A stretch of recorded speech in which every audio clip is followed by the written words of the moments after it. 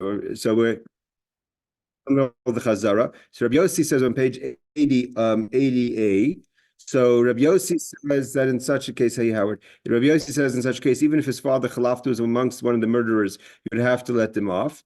But if you have a ox that gets mixed up with other oxes, the rabbis say you have to stone the ox. Why do you stone the ox? All the oxes. Why? Because once an animal gets intermingled, so you can't really use it because it's a suffix and it's not like it's a doubtful of a forbidden animal. So you have to kill all the animals, and according to Rabbi Yehuda, you put them into a confined space. Okay, that is the three opinions in the Mishnah. This is where we're holding, guys. We're holding page 80a1. We did it last week, but we have to chazar because we didn't do it properly. Now the Gemara says like this: V'hatanya, we learned a brisa. It's not a question on anyone. It's just a question of law. And here we're going to go into the law of, and this law actually, there's a very long taisvis, because this law applies to a lot of things. It applies to the laws of kashrus, of kosher. It applies to the laws of all kinds of things. Basically, when a animal is pregnant, what law does this animal inside its mother's stomach have? If the mother does something, if the mother were to gore a person and kill it, how do we view the animal when the animal is born? Is the child that's born, the calf that's born, is it innocent and it could be eaten, or because it was part of its mother at the time of the goring, the economy gets the laws of its mother? So that's the laws that we're going to learn, and the same thing applies to kosher. If you slaughter an animal, and the animal is not kosher, and there's a calf inside that's alive, you slaughter you slaughter a chicken and you find eggs inside it. Could you eat those eggs if the chicken ends up being non-kosher? We're not talking about a non-kosher animal. We're talking about an animal that is considered treif. You have to understand, when we say the word treif in Judaism, it doesn't mean that the animal is a pig or something. Treif means a cow or a chicken that hasn't been prepared halachically. It hasn't been slaughtered according to the laws.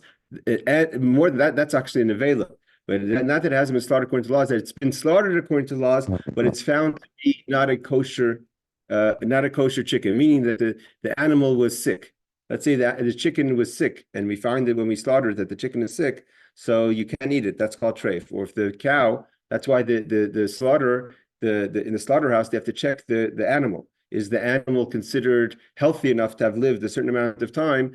Then it's permissible to be eaten. When you see the word, this is a side note, when you see the word glatt kosher on a restaurant or something, the word glatt kosher means that the animal was healthy enough.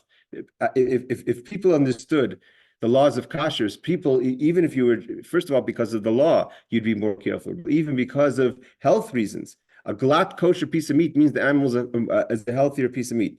If an animal is not glatt, that means that it had things on it that the rabbis were lenient to allow you to eat it for health reasons. It means there was things that the cow was not so healthy. It had growths in it. It had growths on its lungs or its heart that would have caused it a very difficult time for the animal to live. So when you say glatt kosher, glatt means smooth, that the animal is smooth, has no growths on it. So I have a quick question there. Does it necessarily negate that they checked it and something was wrong with it? What if it's a place that just doesn't check? Like there's a lot of products, for instance, made by the Triangle K Ishkacha across the country, and the Triangle K doesn't have glatt or not. So they don't, like they do have some plants that are glatt, but a lot of their plants, they don't have someone checking for glatt in general. Is it the other way around, where it's either they always check, but there's sometimes it's glatt, sometimes it's not.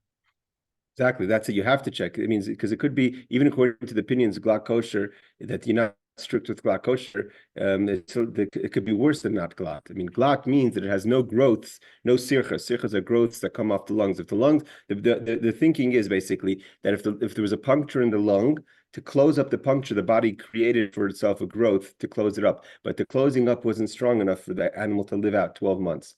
So if the glatt question is what kind of growths could that be, and what kind of concern we could have? But if you don't check the lungs at all, then I'm just referring back to my own memory. When I was living in Postal, I used to go to the plant all the time, and I worked there from time to time in the summer. And I remember that the process for them to do glatt on an animal the size of a cow or a deer, venison or anything like that, Like they basically plugged it up and filled the entire thing with air and put it in a big giant bathtub and sprayed water on it and got bubbles, made sure that it was right. That's a big process. If a plant just doesn't go through that, because the FDA doesn't require that. So if a plant doesn't go through that, but by all other means they shechted the animal, you don't know whether it's glot or not glot, but that doesn't, they wouldn't certify it as non-glot. They would just say it's kosher. It wouldn't be considered treif, would it? Yeah, so the being lenient depends who you ask. It depends how lenient they are. I want to give something, just another example. We're off the topic. We're going to go right back to the Gemara in a second. For instance, if a person has a dairy allergy, and you want to know when it says in according to the law of the FDA, whatever it is, the requirements to put on non-dairy is less than the requirements for kosher. Meaning to say, if I keep Chol Yisrael, I do, right? So I want to make sure that anything I drink is non-dairy according to halacha. So just because it says non-dairy in the packaging doesn't mean it's non-dairy, because the FDA definition of non-dairy is not the same as halachic definition of non-dairy. So I told once the guy in Safeway in 75th, I said, if you're really conscious about dairy, it's better to go with the kosher symbol than with the FDA symbol. Okay. Let's go back to the Gemara. So now we're going to the law of actually goring. Vatanya, para is a female cow, obviously, because she's pregnant. Vatanya, para, that a cow, shemisa, killed a person. Okay. So, we don't know what happened, but she gives birth afterwards. After she gores the person and kills that person, she gives birth to a calf. So now the Mishnah says, like the Bryce is like this: Im nigmar dina. We haven't yet passed judgment, because even an animal that gets killed, there's a court. They take the animal to court to find out what happened. So im nigmar dina yolda, if before they sentence the cow, she gives birth to her calf. Vlad, so then there hasn't yet been a sentence yet, and she has a calf. So Vlad the mutter, then the calf is permissible. You could eat it. You could use it. But what happens? You already sentenced the cow, but you hadn't yet killed it, and then it gives birth to a calf. So and she gives birth. Vlad aser. So then the calf is also aser. Now here we're talking about, the Rashi says we're not talking about a case where there's two witnesses, because if there's two witnesses, it gets killed. What happens in a case that there's not two witnesses? What would be a case there's not two witnesses? There's one witness, or if the owner of the cow comes and says, "My cow just killed someone," right? So there's not, we don't sentence the cow to death, but you can't use that cow for a sacrifice. So what about the calf that was sentenced? It was born after the sentencing. So then Viladas, you also can't use the calf for a sacrifice. God doesn't want the calf of a mother that gored because when the sentencing happened, it sentenced the cow, and in the cow was the calf, and so therefore it's as if we sentenced the calf. The Gemara is going to soon use a language that the yeled is yerach imay. It's like part of the body, and therefore the whole body was sentenced, including was the calf. So therefore, if they already sentenced it and then it gives birth, so it's damaged goods, and therefore the calf itself is not permitted to be used. What about nisar? Let's say they all get into. So then we're not going to go to Tosfos, a long Tosfos about it if it's a double mingling, because seemingly the law is if you have something that intermingles, and let's say in less than a number of nullification, and then one from that group goes into another group, then it's a sveik, it's a double doubt, because in that group, in the first group, there was something possibly that was forbidden, but then one animal went from that group to another group. It could have been an animal from the other one, and it could have been even the first animal wasn't it. So therefore, but let's just say that the whole group of cows get mixed with another group of cows. So what do we do such a case? We put them all into a confined space. This is basically according to Rashi. The mission is according to Rabbi Yehuda, and we have to either, according to the opinions who understand Rabbi Yehuda, when it comes to animals, either we starve them all to death, or we just don't. We corner them off. Okay. Another quick question here on this topic. back in Masechta Rosh Hashanah many years ago when we were first starting out our class, we spent a lot of time talking about kitnius and the different plants that are stored year after year and mixed with other grains. And we talked about how oil can be easily, if you mix oils, for example, you separate if you don't take mice and truma on it properly. How, if you abstract away the rules and forget about the context itself, but like, do we have similar rulings here when it comes to mixed, like a group of mixed animals, where like you can identify which one is the one that did something in most cases, right? And so this is more of a like sheltering the animal because it's part of a large group. Oh, you can't. This is the case. Nusarvu means you can't. You don't know who the cow is. Right. So I mean, how You don't. connected is it to the concepts with Kitnius and Meiser and Truma for year after year?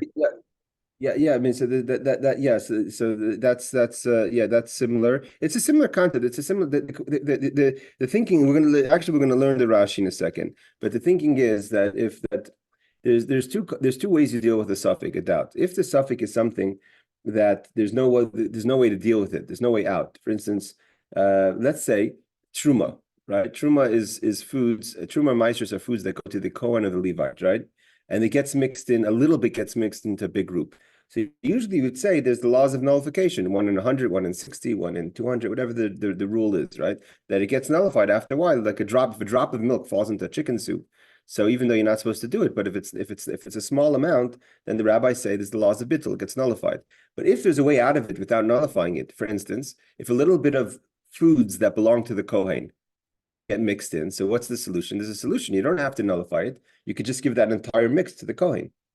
So therefore, even if it falls into 1,000, you can't say, well, I just dropped one little grape that belonged to Meiser into 1,000 grapes. Why should I give it all to the Kohen? Because there's a solution to the problem. Same thing over here. When there's a solution to the problem, so you go with the solution. For instance, if the case over here is according to Rava, that we're talking about a case where we're going to see in a second, where it's a question of eating it, which you can, but you cannot use it as a sacrifice. So then even if it mixes into the largest group of animals, you say use it for eat it. Why should you sacrifice it?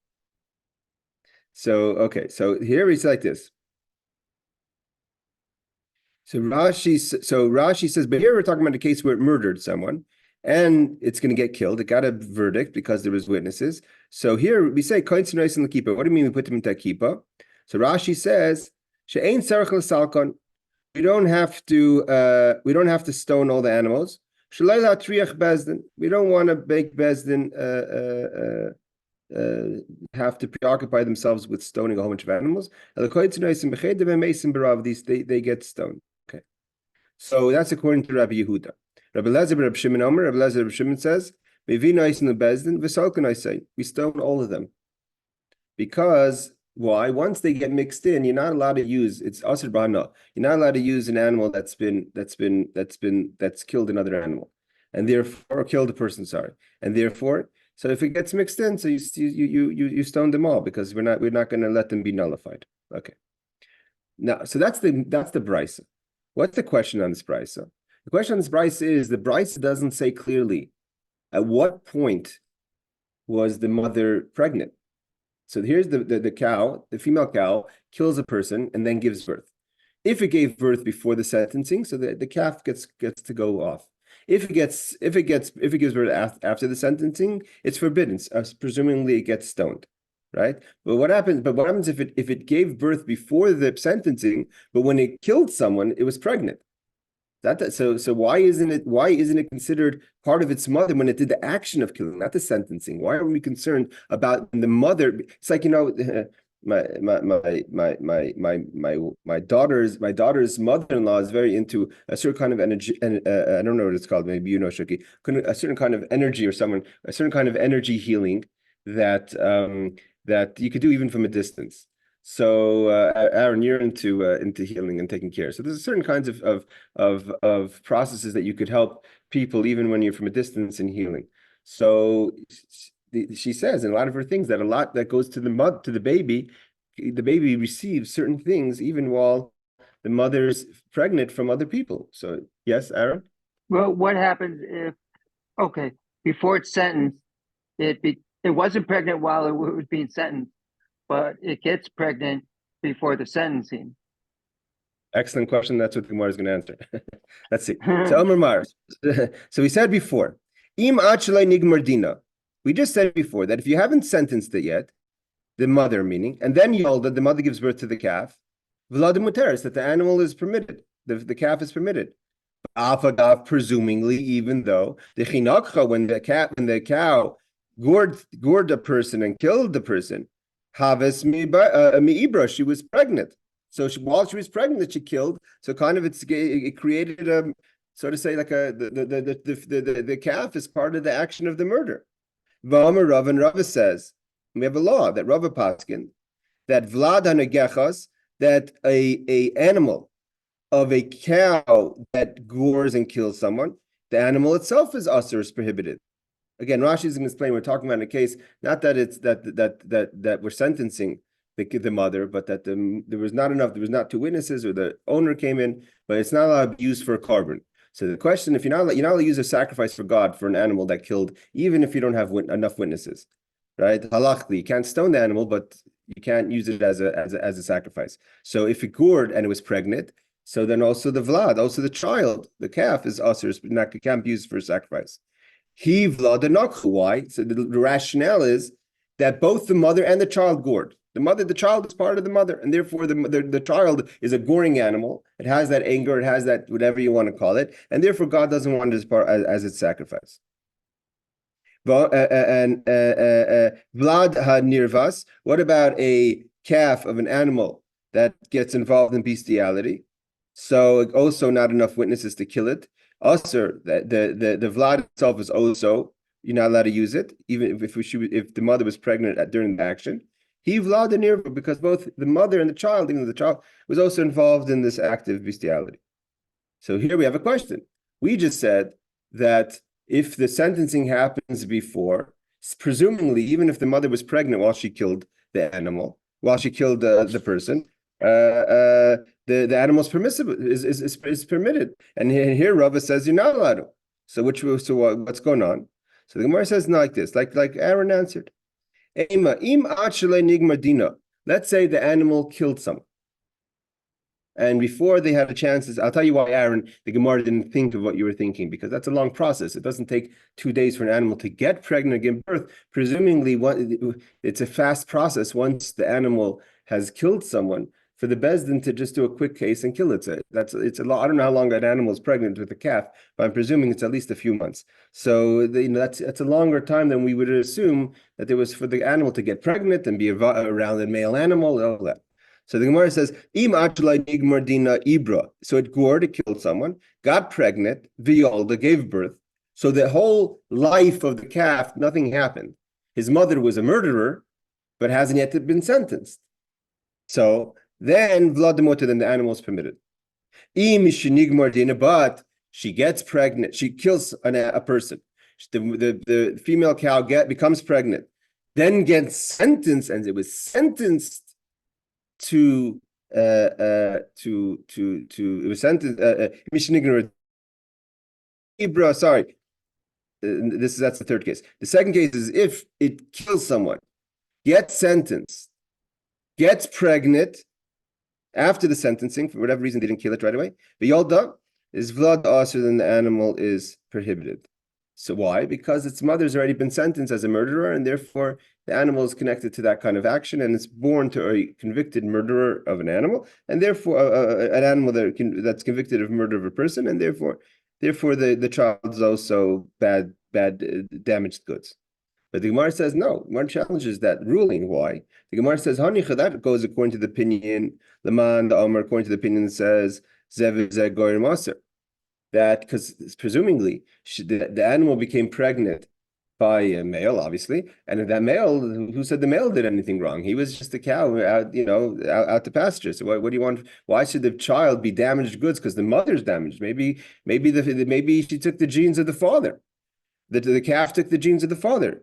So there's an opinion that says no, that even if there's one part of an animal that's a bad, meaning the mother or the father, so then the child is considered also prohibited. But we can turn the page. According to the opinion, but according to the opinion that says that if there's another animal involved, meaning presumably a father, and the father didn't do anything wrong, so why should the calf take the gene of the mother? It takes it. It's permissible. So we're going to say Ravina says like this. The third case. This is how we have to understand the brisa. Im achla nigmardina ibra biyolda vlada mutter. If it means it hasn't yet gored, and it got pregnant, and then there was no sentence, and it gave birth, so the animal is permitted. If the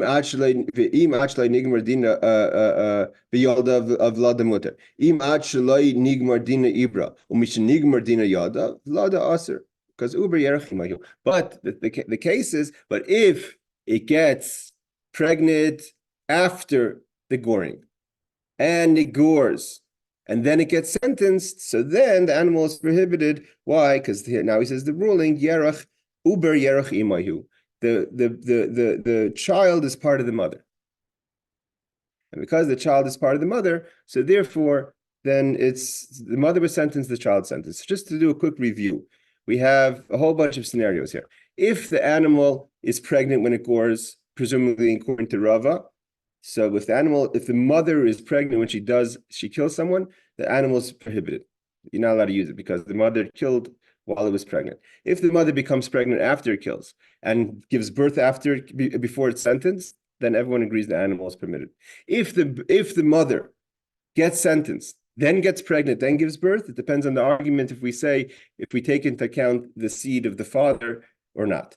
If the mother kills, gets pregnant, gets sentenced, and gives birth after it gets sentenced, so then that's our brisa that says that the animal is not allowed to be used, even though it wasn't alive during the goring, but it was sentenced because it's part of its mother. That's the whole chiddush, that even though it didn't do anything itself, it never did anything, but even though it wasn't part of the mother's body when the mother killed, but the mother was sentenced, the sentencing applies to the child as well.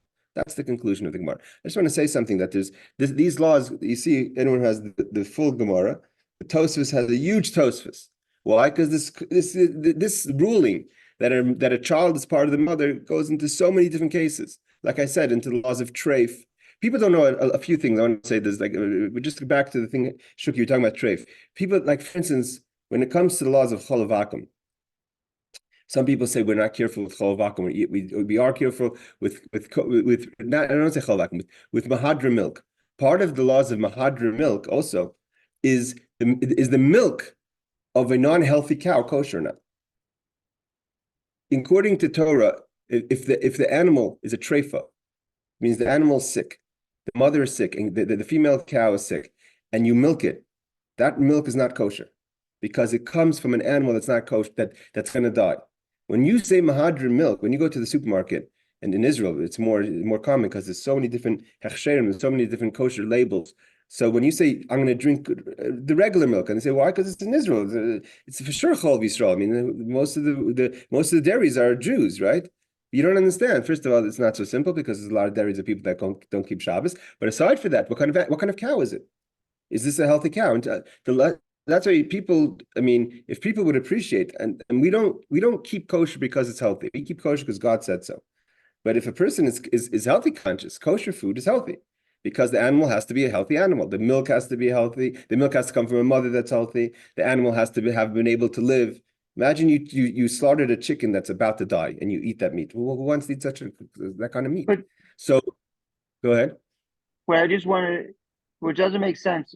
If you went to a goyim and you told him that the cow is sick, but the milk is still coming out and you could drink it, nobody in their right mind would drink it. No, but that's what I'm saying. So when it's not just the hechsherim are not just, there's a lot more involved. So here the ruling is this idea of uber yerachimai. How does the mother's spiritual or halachic health affect the animal? If the mother is a murderer and gets sentenced as a murderer, even though the cow wasn't part of the cow at the moment of murder, that sentencing applies to the child, which is like literally, like, we have this negative energy today. There's a big belief in health. The negative energy that a mother could experience while she's pregnant could affect the baby when the baby's born. That's what a lot of people are into, listening to certain musics or avoid doing certain things at pregnancy because of for the sake of the health of the spiritual or physical health of their child. But Okay. some rabbi told me you are what you eat. So like just look at the halakha, what birds we can and can't eat. The birds we eat are peaceful. The birds we don't eat are violent. There's a concept of that. So the spiritual about animals is very important to us. Very much so. All right, we're not going to do any of the Rashis. We basically covered this sugya. Let's go further. Okay. We're going to the Mishnah. Now we're going to the Mishnah of the second part of the Mishnah. The second part of the Mishnah discusses what are the laws of mixed sentencing. So you have different people that killed, or whatever, different people that have been sentenced to be killed, but we don't know who got sentenced for what. Again, how these scenarios happen in a bezdin, when people get misplaced their paperwork, whatever. But there wasn't that many people on death row, presumably that they would forget. But if it happens, so it says kol chayiv mises. If it gets mixed, we go according to the leniency. The rule is there's no argument. Everyone agrees that we go to the leniency. The question is, what is the leniency? Okay. But now there comes the question. The question is another halachic issue. Part of the law of Torah is that before you could sentence someone to death, the person, again, according to Torah, to be sentenced to death is very difficult. It's according to legal law, if someone kills someone, then that's it. According to the Torah law, to get sentenced to death, you have to have two witnesses, you have to have warning. The warning has to be acknowledged, and the warning has to be right before the killing. You can't tell someone Sunday morning, don't go out and kill someone. If the person goes out and kills someone on Monday, then you can say, well, I warned them on Sunday. Not only that, you can't even say on Monday, 10 minutes before, don't kill that person, and then the warning kind of wears off. It has to be right before the person kills. And the person acknowledges that I hear what you're saying, and I know that I'm going to be killed if I kill, but I'm going to kill anyways. I mean, how many cases of that are there? So here we have a case like this. Shmami nafa, but the problem is that if we're going to go with the lenient, even if let's say you have 10 people, and in 10 people, there's 4 different sentencings for the group of 10 people, and we don't know any of them. So we're going to say all of them get choked. Let's say according to the rabbis, that's the most lenient, or according to Reb Shimon, all of them get beheaded. The problem is that some of these people did things that were punishable by other death sentence, and they got other death sentence. We just don't remember what they are. So when they were warned, the question is, do you have to warn the death sentence or not? Means you have to say, if you're going to kill someone, you're going to be beheaded. If you don't add in the actual way the person's going to be killed, maybe that's not considered proper warning. So here the Gemara addresses this question. The Gemara says, Shlamina. From here we see, Musar l'davar chamer, have a musar l'davar kal. That if you warn a person and say, if you're going to do X, Y, and Z, you're going to be stoned. And the end of it is we can't stone the person because we don't know for whatever reason. So the stoning, even though that stoning covers all the sentencing below that, means the idea is the person just has to know the most severe way he'll be killed. You can't tell the person he's going to be killed by a sword, and then all of a sudden he says he's stoned. He says, oh, well, if I would have known I'm going to be stoned, I never would have done it. I thought this was just in my head being chopped up, but stoning is too severe for me. I never would have I never would have done X, Y, and Z. Killing is not something for stoning. I never would have done X, Y, Z if I would have known I'm going to be stoned.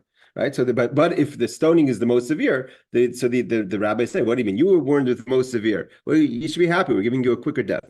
Right. So from here we learn Shmamina Musar l'davar chamer. If you were warned for something severe, is have a Musar l'davar kal. It includes in it the lenient warnings. Rabbi Yirmiyah. So Rabbi Yirmiyah says no. Halachah doesn't agree. No, you have to warn according to the death penalty sentence you're going to get. But what's the difference here? That you didn't warn, you didn't say what kind of death sentence. If Rabbi Yirmiyah says, if you would have said what the death sentence is going to be for committing whatever the crime is, serving an idol, what have you, cursing God, what have you, right? And you just said you're going to be killed, so then you could give a lenient, you could go with the lenient, not with the severe. But if you warn them for severe, you can't go with the lenient because you said something that's not going to happen. He just said you're going to be killed. The time this goes according to what we've learned. V'shar chavi Mrs. Bezdin. V'shar chayavi Mrs. Shebetoira. Eimem misra nesan ela be'eda ve'edim v'asra v'ad she'yidiu shu chayiv misa. And he says Bezdin that we're talking about. This is a kind of a brisa that's in the middle of a sentence. The law of a masis. A masis is an instigator. An instigator who instigates people to serve avodah zarah, hi Ariel, an instigator who instigates people to serve avodah zarah, the rules are we're very strict with such a person. He doesn't need warning. God has zero tolerance. There's no pity for a person who instigates others to serve avodah zarah. So the Gemara says, so an instigator has very little compassion, and therefore we don't have to warn him, but we still have to have witnesses. But it says, but someone who's not an instigator, but commits a crime that's going to be punishable by death, Torah, and we can't put him to death. You have to have a proper amount of people to judge him, the courts. That also applies to maces. The Eidim, there also has to be 2 witnesses. That also applies to an instigator. The Hasra, but Hasra does not apply to the instigator. The instigator doesn't have to be warned, but in other cases, the person must be warned. Not just the warning, but you have to also tell them that if you do it, you're going to be put to death. Bezdin. Rabbi Yehuda says, no, that's not enough. You also have to add what kind of death sentence he will get, because that kind of gives more clarity to the person who's about to commit to Avera, to know that he will be stoned or she'll be stoned, etc. So Tanakama, the rabbi, so therefore Rabbi Yirmiyah says our Mishnah goes according to the rabbis, not according to Rabbi Yehuda. And where do they both know it from? Tanakama, the rabbis know it from Mikaishish, from the person we learned last week about the person who cuts wood. That the person who cut wood on Shabbos in the desert, they knew that he's going to be put to death. They didn't know what death sentence to give him. Meaning that when they warned him, they had to warn him, otherwise he wouldn't be put to death. So they warned him, there was witnesses. So what was missing? They didn't know what death sentence to warn him with. So where do we see from here? You don't have to tell them what kind of death sentence you can get. As long as you say, if you commit this crime, you're going to cut the wood on Shabbos, you're going to be put to death, and then we'll find out what death sentence you're going to get. And we see that clearly from the case of the person who cut wood in the desert. They didn't know what death sentence to warn him with. Rabbi Yehuda says no. Rabbi Yehuda says Rabbi Yehuda says no. The case of the Mekaysh was a unique case. There's such a thing as a unique case in Torah. Torah, the rabbis have been given. We haven't learned it yet. Maybe we have, I don't remember. But the rabbis have given leeway to the courts that in situations where they find that there's a need to take action, like for instance, we learned about it. We did actually. We learned about Reb Shimon ben Shattach, who killed a whole bunch of witches in one day, even though you're not supposed to sentence aloud. It had to happen. So certain times where the Bezdin takes the case into their own hands, and the case of the person who cut wood is a unique case. That's what Rabbi Yehuda says. It's not a case that would teach us about other cases, but according to Rabbi Yehuda, you must tell the person what the actual sentence is, what is the type of death sentence he will get, and therefore our Mishnah goes according to the rabbis, and the rabbis say that's not information you have to give. But even the rabbis, Rabbi Yirmiyah, agree that if you said specifically that the person that you will be stoned, and the sentence is really choking, then that's not proper warning. Okay. So sometimes you say too much is worse. Okay. Now we go to the last part of the Mishnah, which is the argument: which one's more severe? Is it more severe stoning or burning? This is a sugya that we've already tackled before in maybe a year ago. So it says like this: Haniskalim bin Nisrafim. What happens if you mix people that were sentenced? They could have done any kind of a variety of sins, but they were sentenced to death to be stoned, with people that have been sentenced to be burnt. So Masnisim Masnil Rav Cheskel Rami Brei. Rabbi Cheskel was teaching his son Rami.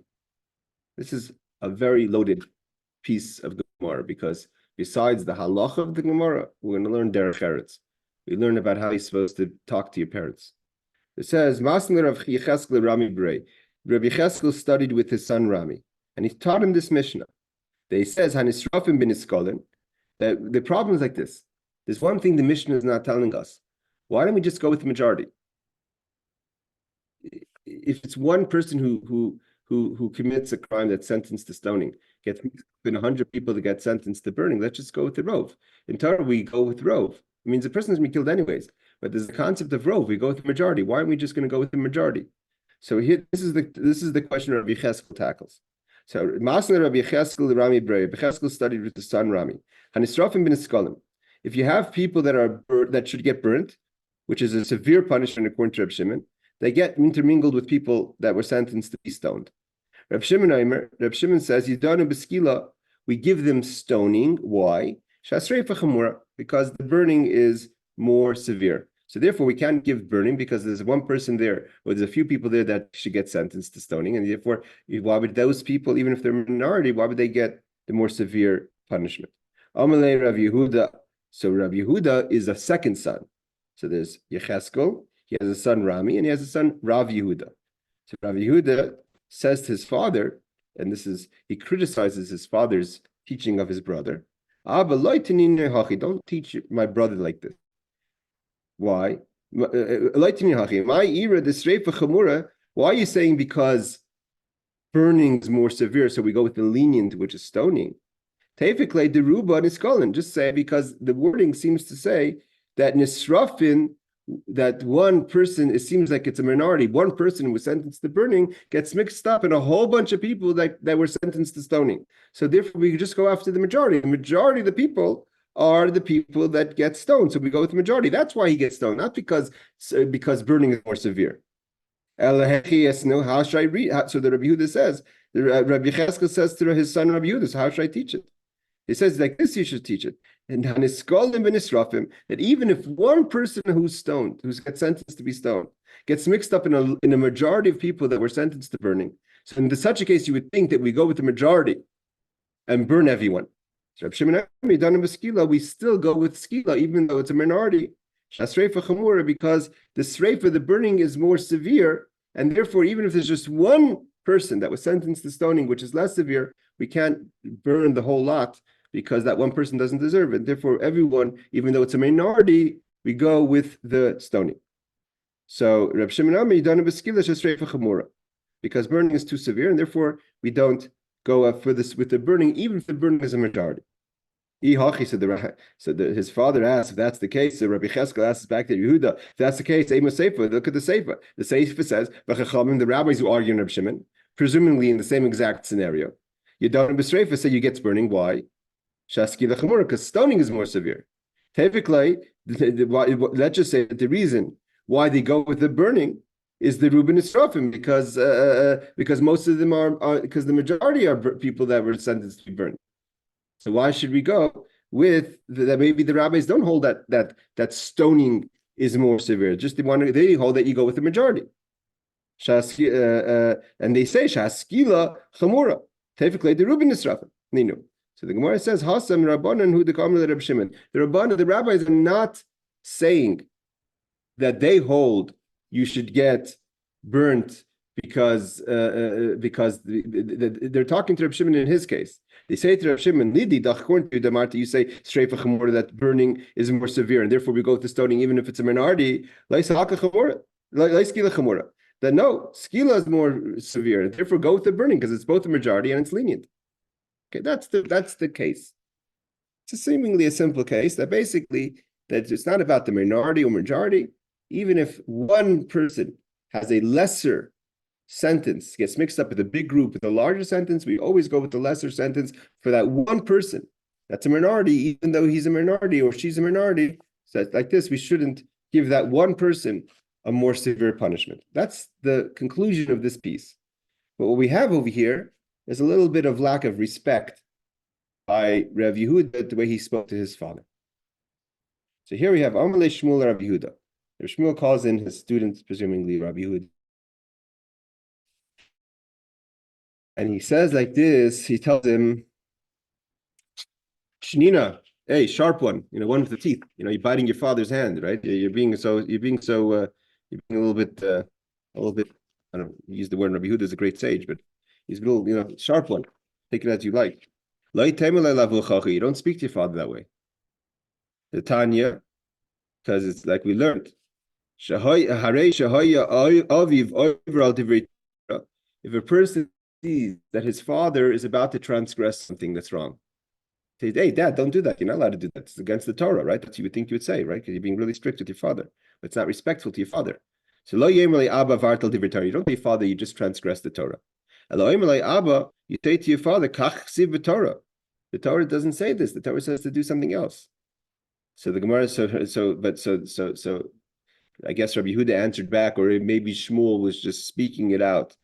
But at the end of the day, either way, you're criticizing your father, right? If you tell your father, don't you just transgress the Torah, or you tell your father the Torah says differently, it's the same thing. You're just saying it in different words.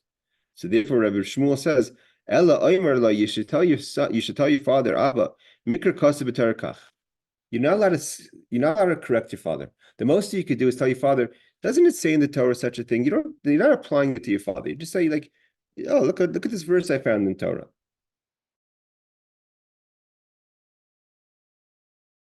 A mistake. So too, when Rabbi Yehuda corrected his father and said, not even a law, not in transgression, but how he was teaching his brother Yirmiyah. He was talking a little bit disrespectfully. He said, Dad, don't teach like this. Shmuel says, hey, no, dial it back a bit. That's not the way we talk to our father. Even if you find that your father is not teaching the laws correctly, you have to find a more diplomatic and respectful way to talk to your father. So although the sugya itself discusses the subject of what is the law of it, that we go with the lesser of the death sentence, even if it's a minority. But what we also learn from here, this story of the Gemara, that's why the Gemara is alive. Not just the raw laws, it's also the story behind the laws and how you talk the laws and who's saying the laws and how is that one could say, just open up a book of Shulchan Aruch and say, just tell me the laws. But when we learn Torah, it's not just about the bottom line, it's about how the bottom line came about being, even in interactions, how people spoke and how they did things.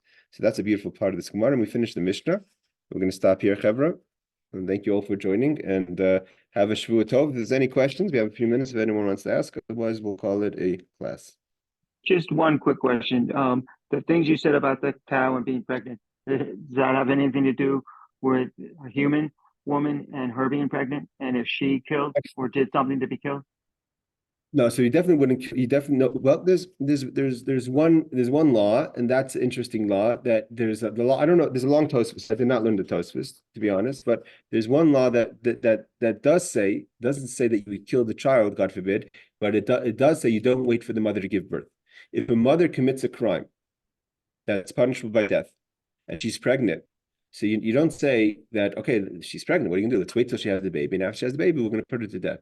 She gets put to death even while she's pregnant. That's the law. We learned already in the Gemara before. But there are other things, not even Kabbalistic things. For instance, to give an example, a small thing, we have the custom is by anyone who's been by a bris, by circumcision, right? We have a couple. The custom is that a couple brings in the baby to the bris. And the custom is we do not honor a pregnant couple to do that honor. Because if she's pregnant, she already has a baby in her. It's the reasoning is it's like three people. We're supposed to be just a couple. Just two people are supposed to bring the baby in, and she has a baby inside her. That's considered another person that's part of the precision. So we avoid. Therefore, the custom is that before you honor someone in a circumcision, a couple to have the honor. It doesn't have to be a married couple. It could be a mother and a brother and sister. It could be. But usually we'd like to give it to a young couple as a blessing for children. But we do ask first to the woman, are you pregnant? Unless it's not really, past her time that she could be pregnant. But if she's still able to have children, it'd be the custom. We say, is this the time, is it okay to give you the honor of being the people who bring the baby in? A second time that we have pregnancy makes a difference is that when it comes to accompanying a bride. That a mother who's pregnant, even though the mother's pregnant when her daughter's getting married, it's not so simple for her to accompany her daughter because it's a third person that's accompanying. And it may sound crazy, but that's what happened by my wedding. My sister-in-law, my mother-in-law was pregnant with my sister-in-law when we got married. And so what you have to do is, so you're not supposed to, but the mother wants to be. So there's ways out of it. She wears a coat, whatever, what have you. Another time where the pregnancy has a difference, not everyone is, I'm sure, aware of, is the mitzvah of kaparas. When we do atonement on Yom Kippur, before Yom Kippur, we take the chicken and we do it around their head. If a woman is pregnant, she has to do it for the child as well. And that the Rebbe has a whole long talk. Why? Why do you have to do it part of the child as well? The child, it's one of either the child doesn't exist, and if it does exist, it definitely didn't sin. So why would you have to a separate chicken? Why can't the chicken for the mother? That's when it goes to the discussion of if the child is part of the mother. So why can't the chicken of the mother be good for the child? But the custom is, and if you're pregnant or if you don't know what the sex of the baby is, so if you ever go to the kaparas and you see a woman, she's doing one chicken and a second chicken, a third chicken, usually means she's pregnant. She doesn't know what the sex is. And she's doing a male chicken, a female, and two female chickens. And if she's pregnant, then it's a whole long conversation. But either way, so we see that it does affect even by humans, not just by animals. Laila Tov, everyone, and take care. Shavua Tov. See you next week.